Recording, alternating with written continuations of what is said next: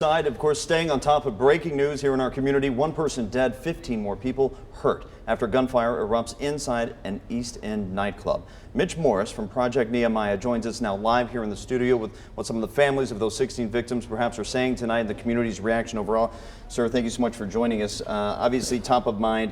Are you in contact with any of the family members or victims at this time? No, not yet. Too soon for me. I haven't reached out to anybody or contact anybody at this point, but looking forward to meeting with them and getting my condolences. Obviously, this is the largest mass shooting that we have had to deal with here. And you listen to the mother who spoke earlier, said, horrifying to wake up and know and come here, referencing the hospital, and see my son in a battle for his life just out at a club. Yeah, that's we all should be able to live in a safer place where you can send your kids out to have a good time, or send them to the playground, or send them to school without getting hit by reckless gunfire. It's something that we see much too much of here these days. If I have to say anything at this point, I want to thank Cincinnati Police and Cincinnati Fire for getting out there, doing what they do. They probably saved a lot of lives by getting there so quick. And people need to understand that once you pull that trigger, you can't pull that bullet back. You know, you're destroying lives and families once you do that. So I need you to think before you make that choice to pull that trigger. Right. You cannot take that back. So when you sit up there in that penitentiary, by the time you wake up, it's too late. You can't say, I'm sorry, it's a done deal. So what we do out here is try to get in front of this thing and save people, literally save people's lives, trying to throw some of these high-risk guys a life raft to try to save them and come through our program to try to find something else to do better than carrying guns and out here shooting and killing and disrupting our city. And you're very much a faith-based organization about building community and building up walls, again, in families, in that family structure. In the past several weeks, we have covered a number of shootings, Yes. one-on-one shootings, and throughout different parts of Cincinnati. What are you hearing in the community? Are these, very targeted crimes? Is this something, a larger problem that faith isn't going to be able to handle, that we need more resources? What are you actually seeing? Well, we're going to always have faith and that we're going to be able to stop this thing. But actually, I work for Cincinnati Works to Finish program, which we are geared towards just trying to stop this senseless gunfire by having guys come down and try to get them jobs. But unfortunately, sometimes we get to guys too late, where they've been committed these heartless crimes.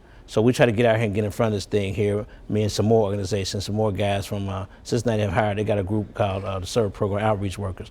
And I had to commend these guys. They're in the streets constantly, every day, with no guns, no bulletproof vests, trying to build relationships with these guys in these hot spots. So what we need to have is more people getting in the streets and trying to stop this stuff. I deal with when you mentioned about that mother, I've been doing this so long, I deal with so many mothers that have lost sons to gun violence. So when something like this happens, it rekindles them, so they be anxious to get out here and hug the mother who might have lost a son, or support the mother and get in these streets and talk to some of these babies to prevent some of these babies from getting killed. I imagine it is difficult, though, to go to that street corner or go to that neighborhood with your organization and talk face-to-face with some of these young gentlemen who this is the path that they've chosen one way or another, whatever obviously hurdles have been in front of them in life.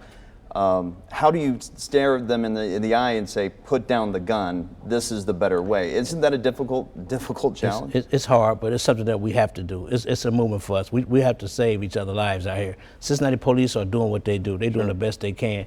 I'm going to tell you something. You got people out here getting shot daily, arm, leg, and places like that, and then they don't want to tell who shot them. I need for them to start stepping up, being a man, and tell who's doing these things to you. Because that same one that just shot you might have committed a murder 2-3 days from now, might have saved this young man's life. And then that's been a huge issue for Cincinnati police. Yeah, so so I said we need people in the community to step up. Everybody's doing a great job here in the city with the city officials, City Hall, the mayor. Everybody's coming with different programs to try to stop this stuff.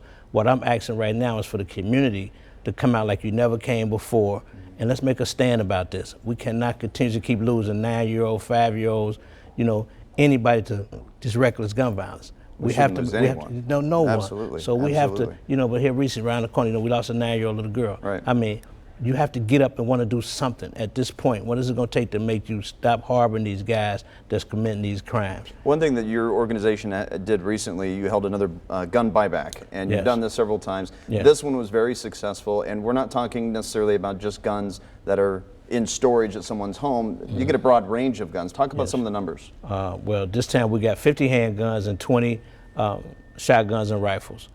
We go into designated areas as where there's been a lot of gun violence at, and we're going to try to ask some of these guys to turn them guns in, and we'll give you $100 for this weapon. So, you know, it's a great thing to do, to try to get some of these guns off the street. And you might not think so until you lose a child to this gun. I need any gun that's out there in the wrong hands of people. Turn it in, you know, and from that point we give it to the police where they could destroy it and do whatever need to be done with the gun. All right, well, Mitch Morris with Project Nehemiah, thank you so much for joining us tonight. I know that you'll be out there with faith and prayer with the victims and families as soon as you can, and we appreciate everything you're doing. All right, well, thank you for having me. All right.